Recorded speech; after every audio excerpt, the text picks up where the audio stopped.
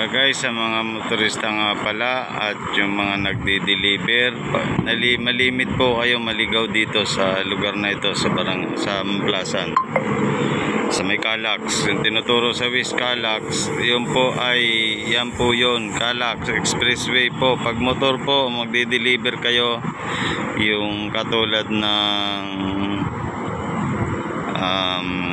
Lalamove, mga ganyan, yan po yung tinuturong Calax Expressway po yan. May daan po dito sa side na to, sa kabila, kaya lang private po yan, di po kayo makakataan dyan.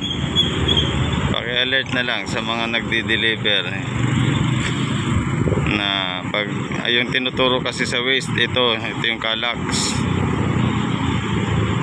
hindi po kayo makakadaan dito kung wala po kayong sticker dyan, kasi private po yan, sago po ng Greenfield yan. Tapos yung doon naman, yung Calax na yon, expressway naman po yon,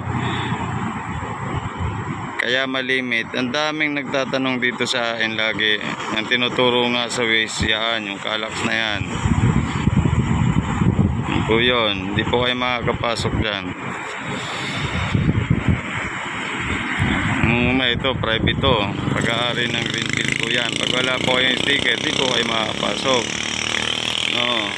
Kaya babalik po kayo doon sa sinasabi ko, babalik po kayo doon dire-diretso. May madadaanan kayong patay na stoplight dyan, kanan, ang tagos nyo SM Santa Rosa, tapos kanan.